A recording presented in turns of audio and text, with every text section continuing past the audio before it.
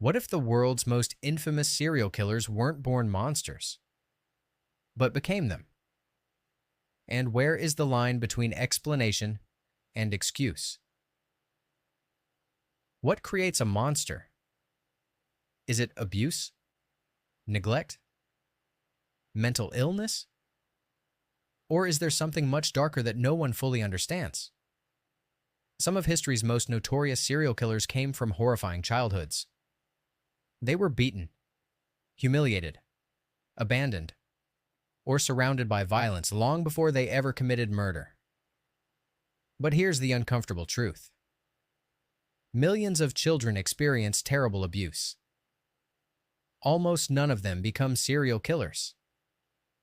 So today, we're not trying to excuse these crimes. We're asking a much harder question. How did these men become some of history's most terrifying killers? Their childhoods may explain part of the story, but they never justify what came next. Let's begin. Edmund Kemper. Imagine being 8 years old. Every night your own mother locks you in the basement. Not because you did something wrong, because she believes you're dangerous. That was Edmund Kemper's childhood. His mother constantly mocked him, compared him to his father, and repeatedly told him that no woman would ever love him. Rejected by his father, rejected by his mother, rejected almost everywhere he turned. Kemper's emotional isolation became deeper every year. His behavior also became increasingly disturbing. He killed the family cat. Later, he was sent to live with his grandparents. That decision would change everything. At just 15 years old, he murdered both grandparents. When police asked why, he calmly replied that he wanted to know what it felt like to kill his grandmother. Doctors eventually declared him rehabilitated. They released him back into his mother's home. The arguments returned immediately. Years later, Kemper targeted 6 college students, not random victims. Young women who reminded him of the world his mother insisted would never accept him. Eventually, he murdered his own mother, then surrendered to police. His lifelong rage had finally reached its target. But Kemper was only one example. The next killer feared something even more powerful than hatred: being abandoned forever. Jeffrey Dahmer. Jeffrey Dahmer didn't simply fear loneliness. He became obsessed with preventing it. His parents fought constantly. His mother struggled with severe mental health problems. His father immersed himself in work. Meanwhile, young Jeffrey disappeared emotionally. At 10 years old, he collected dead animals. His fascination with death grew quietly. Few people noticed. Then came the moment he would later describe as life-changing. At 18, he returned home, to an empty house. His parents were gone.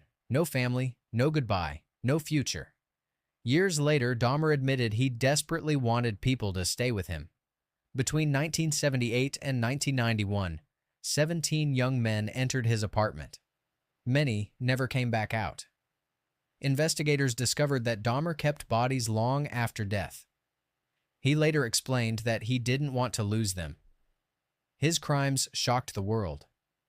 Yet even today, psychologists debate how much of his childhood mattered, and how much came from factors no one completely understands. Next, we'll meet a killer whose entire life revolved around earning one man's approval: his father's. John Wayne Gacy. John Wayne Gacy spent his childhood chasing something he never received: acceptance. His father constantly called him weak, stupid, worthless. Nothing Gacy achieved was ever enough. He built businesses, started a family, volunteered in his community, even entertained sick children dressed as Pogo the Clown. From the outside, he looked successful. Inside, he still craved validation. Then something happened.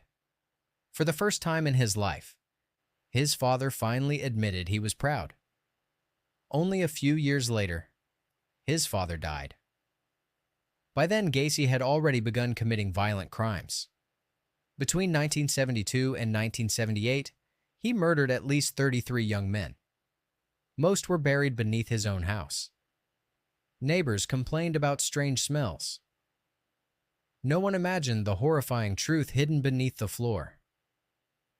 Even after arrest, Gacy showed almost no remorse. His need for approval had never disappeared.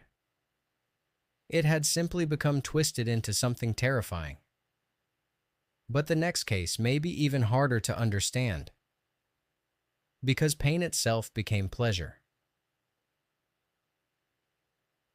Albert Fish. Albert Fish's childhood began with tragedy. After his father's death, his mother placed him in an orphanage she believed would protect him. Instead, he entered a place where beatings were routine.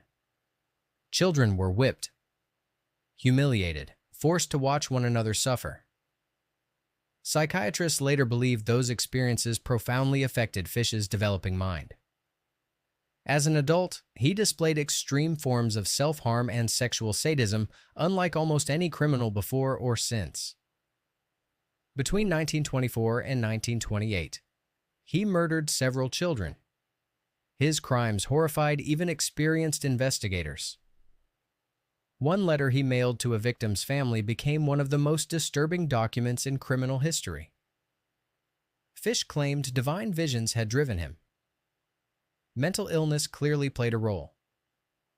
But once again, the question remains: where does trauma end? And personal responsibility begins. Our final story may be the most disturbing of all. Henry Lee Lucas. Henry Lee Lucas grew up surrounded by unimaginable abuse. His home was filled with violence, neglect, alcoholism. According to many accounts, his mother physically abused him throughout childhood. He also suffered severe head injuries and lost an eye after an untreated infection. As an adult, Lucas murdered his own mother during an argument. After serving prison time, he warned officials he wasn't ready to be released. They released him anyway. Soon afterward, another woman was dead. Lucas later confessed to hundreds of murders. Many of those confessions were eventually proven false, making his true victim count impossible to determine. His story became one of the biggest investigative controversies in American criminal history. Conclusion: 5 killers. 5 horrific childhoods. But one important truth: trauma does not create serial killers. If it did, millions of abuse survivors would become murderers. They don't.